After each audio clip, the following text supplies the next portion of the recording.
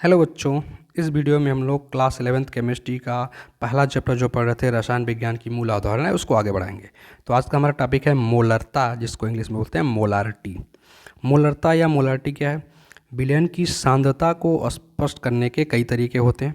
विलयन की सांद्रता को व्यक्त करने के लिए कई तरह के होते हैं, कई पद होते हैं, कई टर्म होते हैं। उन्हीं में से एक है मोलरता, जो कि बहुत इंपॉर्टेंट भी है और बहुत आसान भी है, कोई कठिन नहीं है। तो चलिए हम लोग शुरू करते हैं।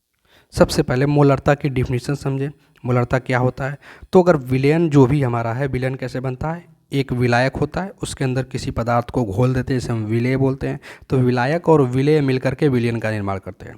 तो विलयन का हम 1 लीटर ले लें। विलयन का कितना ले लें? 1 लीटर ले लें और उसमें देख लें कि जो विलेय घोला गया है उसके मोलों की संख्या कितनी है। तो उसे हम विलयन की मोलरता कहते हैं। क्या होगा? विलयन के 1 लीटर में उपस्थित विलेय के मोलों की संख्या को विलयन की मोलरता कहते हैं। 1 लीटर विलयन लेना है और देखना उसमें विलेय के कितने मोल हैं, वो उसकी मोलरता कहलाएगा। तो विलयन के 1 लीटर में उपस्थित विलेय के मोलों की संख्या विलयन की मोलरता कहलाती है। मोलरता को कैपिटल एम से प्रदर्शित करते हैं। तो कैपिटल एम बराबर सूत्र बन जाएगा विलेय के मोलों की संख्या बटे विलयन की सांद्रता लीटर में। ठीक है। अगर विलयन का आयतन हमें लीटर में पता है और विलेय के कुल मोलों की संख्या पता है, तो हमें निकालना है कि 1 लीटर में कितने मोल हैं। तो कुल मोलों की संख्या में कुल लीटर से यानी कुल आयतन से भाग दे देंगे तो हमें विलयन की मोलरता निकल के आ जाएगी। तो उसी को सूत्र बना दिया गया, विलयन की मोलरता एम बराबर विलेय के मोलों की संख्या बटे विलयन का आयतन लीटर में। ठीक है। अगर विलयन की विलयन का आयतन रहेगा यहाँ सही कर लीजिए, विलयन का आयतन होता है, विलयन का आयतन। ठीक है। तो विलयन का आयतन लीटर में।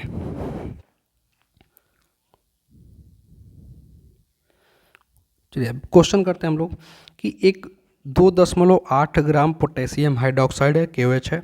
इसका 100 ml विलयन में उपस्थित है।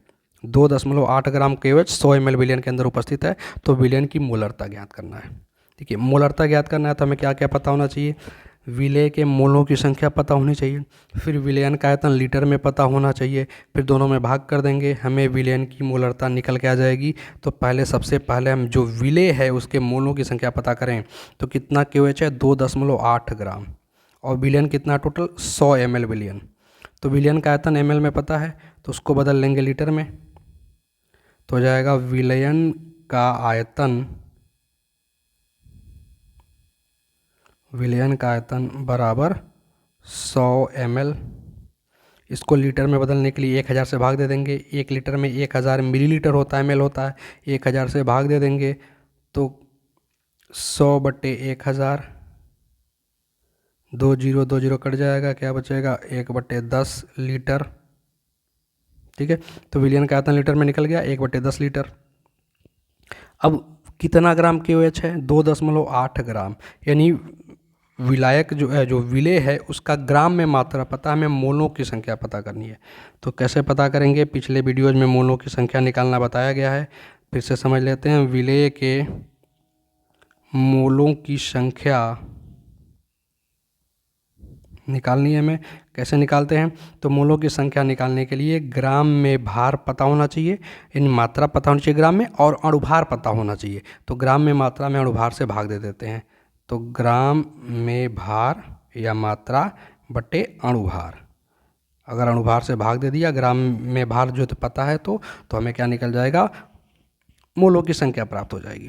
तो ग्राम में भार कितना दिया? 2.8 ग्राम। और अणुभार कितना होगा KOH का? तो KOH का अणुभार निकाल लेते हैं। तो KOH का अणुभार निकालने के लिए देखें, पोटेशियम का होता है 39, पोटेशियम का परमाणु भार 39, ऑक्सीजन का होता है 16, हाइड्रोजन का होता है 1। जोड़ दें दोनों को तो 9 1 10 6 16 को 86 1, 3 2 5 1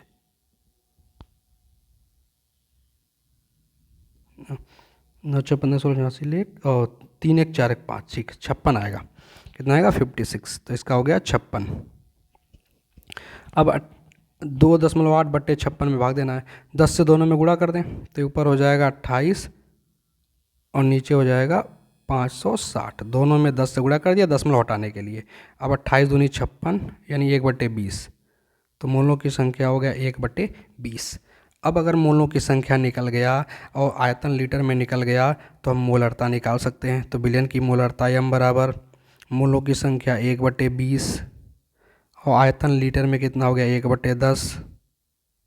इसी को सरल कर लें तो 1/20 गुणे, इसको गुणे में बदलेंगे तो ये भिन्न उल्टा हो जाएगा, तो 10/20 हो जाएगा। 10 दूनी 20 यानी 1/2 यानी 2 से भाग देंगे दशमलव जब में जाएगा और 10 2 25 10, 0.5 m। ठीक है, तो मोलरता कितनी हो जाएगी 0.5 मोल पर लीटर। मोलरता क्या हो जाएगी 0.5 मोल पर लीटर, 0.5 मोल पर लीटर। तो इस तरह से हम विलयन की मोलरता निकाल सकते हैं। चलिए अगला क्वेश्चन हम लोग करते हैं। 500 ml m/100 यानी m/100 H2SO4 विलयन बनाने के लिए कितने ग्राम सल्फ्यूरिक अम्ल की आवश्यकता होगी। तो यहाँ पे देखें m मतलब क्या मोलरता ये दिया हुआ है, तो m/100 का मतलब हो गया मोलरता 1/100 है। m/100 का मतलब मोलरता 1/100। अगर किसी की मोलरता 1 है तो उसे 1m लिखा जाता है, 2m है, मोलरता 2 है तो 2m लिखा जाता है। तो अगर मोलरता 1/100 है तो 1/100m लिखेंगे, उसी को m/100 लिख दिया जाता है। तो ठीक है, m/100 का मतलब क्या हो गया कि मोलरता कितनी है 1/100 है। और विलयन की मात्रा कितनी है, कितना लीटर है, तो 500 ml आयतन हो गया। तो दो चीज़ें हमें मिल गई, एक तो मिल गया मोलरता, मोलरता मिल गया कितना है 1/100 है। आयतन मिल गया विलयन का, तो इसको भी नोट कर लेते हैं। विलयन का आयतन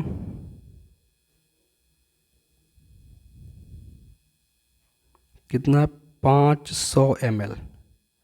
इसको लीटर में बदलेंगे, 1000 से भाग दे देंगे तो 1/2 हो जाएगा। 500/1000 दो बार में कट जाएगा तो 1/2 लीटर। ठीक है, तो मोलरता पता है और आयतन पता है, दो चीज़ें पता हो गई।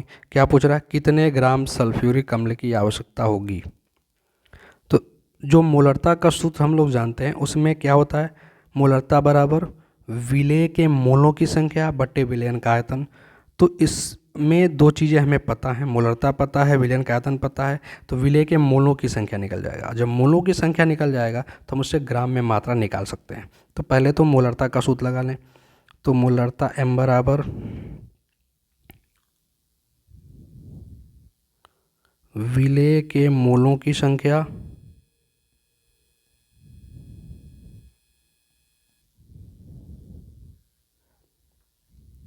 बटे विलयन का आयतन, विलयन का आयतन किसमें होता है, लीटर में लिया जाता है। चलो लीटर में ले लिया। अब मोलरता 1/100 है, 1/100 लिख दिया। विलेय के मोलों की संख्या n मान लेते हैं, निकालना है। और विलयन का आयतन लीटर में कितना आया 1/2 आया, तो 1/2 रख दिया। अब इसको हल कर लें, n का मान निकालने, मोलों की संख्या निकालने, तो 1/2 इधर जाके दूसरी तरफ गुणा कर जाएगा, तो 1/100 गुणे 1/2 कितना हो जाएगा 1/200। मोलों की संख्या हो गई 1/200।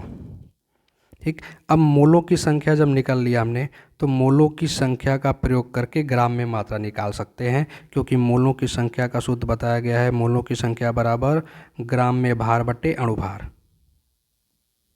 ग्राम में भार बटे अणुभार, इस सूत्र का प्रयोग करें तो मोलों की संख्या 1/200 रख देंगे, बराबर ग्राम में भार निकालना है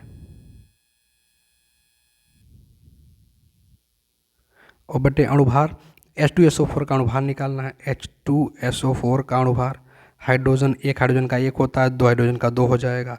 सल्फर का 32 होता है, ऑक्सीजन का 16 होता है, 4 ऑक्सीजन का 16 चौके 64 हो जाएगा। दोनों को जोड़ दें, 2 2 4 4 8 और 6 3 9, कितना आ गया 98, 98 आ जाएगा। तो अणुभार रख दिया 98। अब ग्राम में भार को जिसको हम m लिख देते हैं, तो m बराबर स्मॉल m लिखा है, स्मॉल m बराबर इधर 98 का गुणा कर देंगे, तो 1/200 गुणे 98 यानी 98/200, इसी को सरल कर लेना, 98/200 को सरल कर 2 से काट सकते हैं, 2 चौके 8, हासिल लिख 2 9 18 49 और बटे 100, 49/100, 49 में 100 से भाग देंगे, 2 जीरो और 0.2 अंक पे लग जाएगा तो 0.49 ग्राम, 0.49 ग्राम ये हमारा आंसर आ जाएगा। इसका मतलब 0.49 ग्राम सल्फ्यूरिक अम्ल की आवश्यकता होगी। चलिए अब आगे समझते हैं मोलरता समीकरण अथवा तनुकरण सूत्र क्या होता है। देखिए अगर कोई विलयन है उसको हम लोग तनु करें, तनु करने का मतलब कैसे तनु करते हैं, विलायक की मात्रा बढ़ा देते हैं तो विलयन की सांद्रता कम हो जाती है, हम कहते हैं विलयन तनु हो गया है, तो उसी प्रक्रिया को तनुकरण कहते हैं। तो विलयन को तनु कैसे करेंगे, विलायक की मात्रा बढ़ा करके। तो कोई विलयन है उसमें विलायक की मात्रा बढ़ा दे रहे हैं तो विलेय की मात्रा पे तो कोई फर्क नहीं पड़ेगा, जितने मात्रा उसकी जितनी पहले थी उतनी अभी भी रहेगी, यानी विलेय के मोलों की संख्या पे कोई फर्क नहीं पड़ेगा, विलेय के मोलों की संख्या स्थिर रहेगी। लेकिन जो विलयन होगा उसका आयतन बदल जाएगा, विलयन का आयतन बढ़ जाएगा क्योंकि विलायक को मिलाते जा रहे हैं तो विलयन का आयतन बदल गया। अब आयतन बदलेगा तो मोलरता बदल जाएगी, क्योंकि मोलरता दोनों पर निर्भर करती है, विलेय के मोलों की संख्या पर और विलयन के आयतन पर। तो तनु करने से, तनुकरण करने से विलयन का आयतन बदलने से मोलरता बदल जाती है, आयतन बदलता है मोलरता बदलती है, मोलों की संख्या फिक्स रहता है लेकिन मोलरता और आयतन दोनों बदल जाते हैं। तो हम मान लें कि तनुकरण करने से पहले ये कोई विलयन है, उसकी मोलरता m1 है और उसका आयतन v1 है, ये 1 थोड़ा नीचे लिखिएगा, ये लिखने में थोड़ा ऊपर लिख गया है। तो यदि विलयन की मोलरता m1 और आयतन v1 हो और तनुकरण के पश्चात विलयन की मोलरता m2 हो जाए और आयतन v2 हो जाए तो इन दोनों में क्या संबंध होता है, तो इनमें संबंध होता है m1 v1 बराबर m2 v2, m1 v1 बराबर m2 v2। इसको प्रूव भी कर सकते हैं।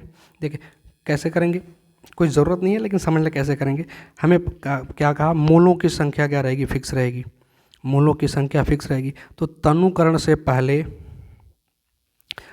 से पहले अगर मोलरता m1 निकाला जाए तो क्या निकालेंगे, मोलों की संख्या n फिक्स है और विलयन का आयतन v1 है।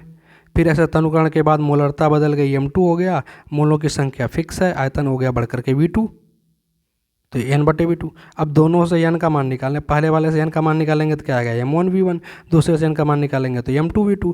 चूँकि मोलों की संख्या बराबर है तो इसका मतलब m1 v1 बराबर m2 v2 होगा। ठीक है, तो प्रूफ क्या है, वही डायरेक्ट लिखा हुआ, वही एक लाइन की बात है।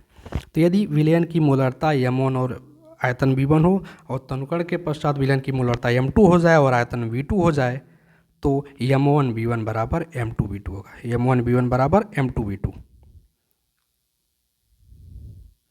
हाँ एक चीज़ और, तनुकरण के बाद कौन ज़्यादा होगा, जब तनुकरण कराएंगे तो v2 बढ़ जाएगा, यहाँ पे जो v2 होता है वो बढ़ जाता है क्योंकि विलायक की मात्रा बढ़ाते जा रहे हैं तो आयतन बढ़ता जा रहा है, तो v2 v1 से ज़्यादा हो जाएगा और जो m2 है वो m1 से कम हो जाएगा, यानी मोलरता होगी घट जाएगी, मोलरता घट जाएगी और आयतन बढ़ जाएगा। ठीक है, तो यहाँ पे नोट कर सकते हैं इतना। चलिए अब इस पर आधारित हम लोग क्या करते हैं, क्वेश्चन करते हैं। क्वेश्चन क्या है कि 10m H2SO4, ये H2SO4 है, विलयन से 2m H2SO4 विलयन के 500 ml बनाने के लिए इसके कितने ml की आवश्यकता होगी। क्या दिया है, 10m यानी मोलरता 10 है किसकी, H2SO4 विलयन की। तो एक विलयन है H2SO4 का जिसकी मोलरता पता है, तो इसको मोलरता को मान लेते हैं m1, मोलरता को क्या मान लिया m1 बराबर कितना हो गया 10 मोल पर लीटर। इसका आयतन नहीं पता, पूछा ना इसके कितने ml की आवश्यकता होगी, तो इसका जो आयतन है वो नहीं पता है। और दूसरी स्थिति में तनुकरण के बाद क्या कर रहा है, 2m H2SO4 विलयन के 500 ml बनाना है, तो दूसरा जो विलयन हो गया तनुकरण के बाद उसकी मोलरता m2 बराबर 2 मोल पर लीटर और इसका जो आयतन है v2 वो कितना होगा, तो यहाँ कह रहा 500 ml बनाना है, तो ये हो गया 500 ml, 500 ml हो गया। ठीक है, अब हम चाहें तो ml को लीटर में बदल सकते हैं, ml को लीटर में बदल सकते हैं। तो 500 ml बराबर क्या होगा, 500 बटे 1000 लीटर, 1000 से भाग देंगे 1/2 आ जाएगा, तो 1/2 लीटर। ठीक है, तो V2 पता है, M2 पता है, M1 पता है, V1 पूछ रहा है। तो जो हमारा तनुकरण सूत्र है M1 V1 बराबर M2 V2, ये अपन लोग लगा देंगे, अप्लाई कर देंगे। M1 का मान 10 रख देंगे, V1 निकालना है, M2 का मान 2 रख देंगे, V2 का मान 1/2 रख देंगे, 2 से 2 कट जाएगा। ठीक है, तो यहाँ से V1 का मान क्या आ जाएगा, इधर V1 को लाएंगे तो 1/10। देखिए ये लीटर में आया। लीटर में क्यों आया, क्योंकि जो मोलरता वो भी मोल पर लीटर में है और जो आयतन हमने रखा वो भी लीटर में रखा, तो इसलिए लीटर में आ गया।